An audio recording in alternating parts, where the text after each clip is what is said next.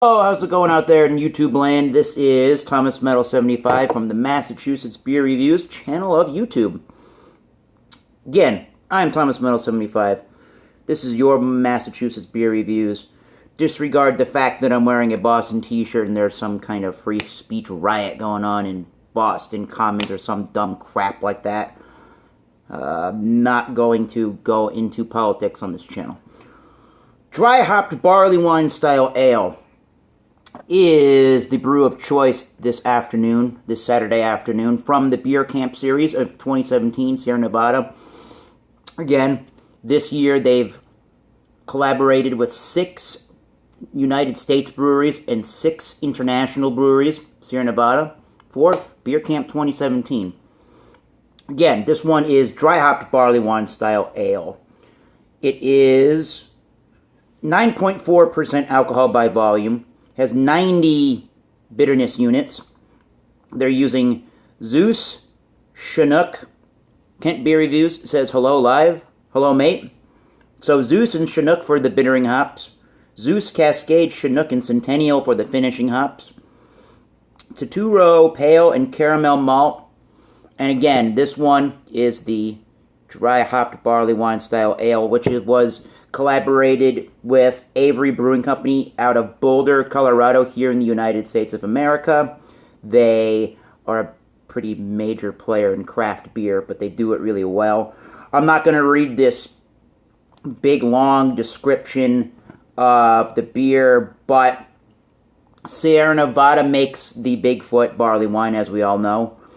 And Avery Brewing Company, the founder is Adam Avery, thus Avery Brewing Company. He was inspired by that beer to create his own barley wine, which is known as Hog Heaven. I've actually never had that. I should try to get that. They're not trying to collaborate with Sierra Nevada to create a whole new beer, although all they're doing here is they're brewing the exact recipe for Bigfoot and the exact recipe for Hog Heaven, and they're blending the two beers, finished beers, together, and then they bottle condition them. So, interesting. I bet you if you got Beer Camp once or twice, this could be a candidate for cellaring for sure. And this is going to be, I think, never had Hog Heaven, but I'm going to imagine because it's 90 IBUs and part of the recipe is the barley wine Bigfoot, it's going to be somewhat on the really bitter side. Let's find out with the Beer Camp barley wine style, dry hopped barley wine style ale. It definitely has the purple, the dark copper purple notes to it, like a good barley wine should, whether it's an English variety or a American version. It smells goddamn delicious. It has some medium amount of carbonation and that tan, almost white-looking head to it. The smell on it is very berry. It's a big, like a blueberry or maybe a raspberry kind of note. I can get the Sierra Nevada Bigfoot in the background there. There's definitely some in the background beyond the berry and beyond that berry sweetness. There's definitely some of that resinous, oily hop quality to it. There's some brown bread. There's a light amount of a brown sugary note. It actually smells fairly clean for what it is and not really anything like a 9.4% beer. It just has very berry notes, if that makes sense. So, raspberries and blueberries. So I'm going to take a drink of dry hopped barley wine style ale. There it is. Avery's Hog Heaven and Sierra Nevada's Bigfoot together at last.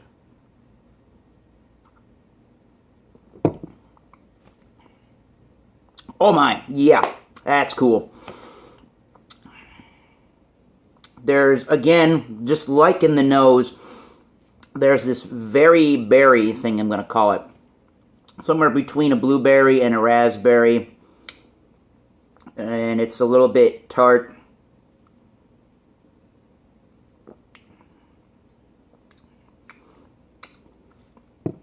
not as dangerous as the nose would make it out to be, and by that I mean you can definitely tell in the back end of the drink, in the finish, you can definitely tell there's some light phenolic alcohol notes, but the alcohol of 9.4 is not huge, but it's, to me, it's distinctively there.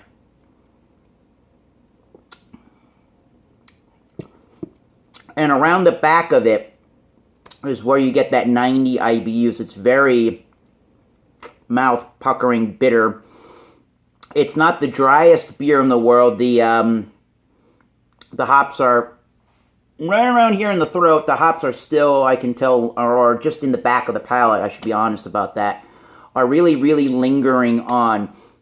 There's the alcohol in there, and then there's that bitterness that is just sticking around for days here. It starts out very berry, and then quickly does it transition into the 9.4%. A little bit of a sting, not too bad. You are getting some of that brown sugar note, for sure.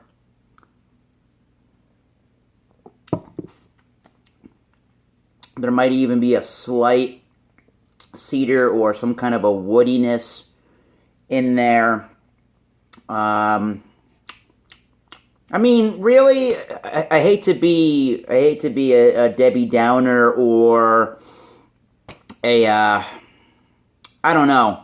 Barley wines to me should be a little bit more, not interesting or exciting, but I seem to think that they're a little bit more complex than this one. All I'm getting are that sharp bitterness and the phenolic note at the end, and then somewhere between a berry and like a woody kind of a note.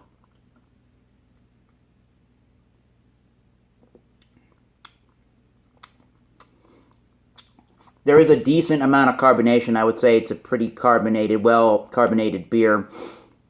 It is somewhere between, yes, it's a full-bodied beer, but it has a slight kind of a drinkability to it.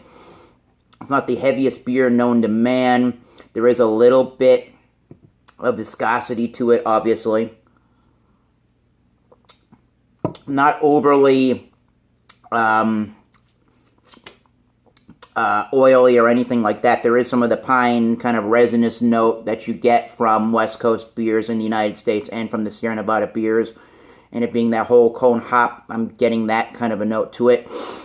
If this was in 4-packs and not just in the beer camp variety pack, I wouldn't buy it. This is not, to me, a really great barley wine. I would now like to try Avery's Hog Heaven all by itself. I normally, every year, buy the Sierra Nevada Bigfoot barley wine. I think that's a really great example of a really good barley wine made in the United States. Again, I've not had Hog Heaven, so I don't know how these two are coming together, or how that one tastes on its own to know what it's bringing to the table, but I'm just not a big fan of that. Yeah, I'm just not a big fan of this. It's almost like a gin or a juniper or something like that at the end with the alcohol kind of a note. Maybe it's like an herbal kind of a phenolic alcohol kind of a note, or yeah, like a gin and a tonic in a way. I know that makes no sense, but I'm trying to describe how this phenolic note and this herbal kind of a presence at the end of it tastes, where it completely dries everything out, and the bitterness from the hops are still remaining. It's almost like a gin and a tonic without any sweetness to it, and some alcohol burn towards the end. Although it's not burning so bad, you can just tell that it's got some, again, phenolic characters, and it's a little bit bigger of a beer. So it looks the part of a good barley wine. It smells somewhat the part. I'm kind of not really impressed with this one. I wouldn't pick up the beer camp series is to try a Barleywine. So I guess, is it an average beer, a C? I want to give it a 60.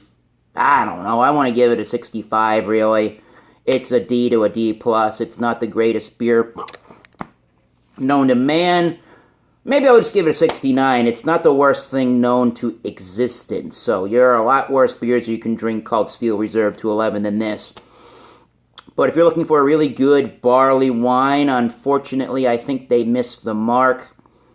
Bigfoot's better. I bet you Hog Heaven's even better by itself. So blending the two is just kind of a mess of flavor to me. So if you've had this one, let me know. Sorry to Kent Beer Reviews for not seeing a really great rated beer, but I'm an honest beer reviewer, and I'm going to give you my honest opinions on that. So cheers to Kent Beer Reviews Live today, which is August 19th, 2017. Until next time, keep tasting great beers and better beers. Cheers. I will see you soon.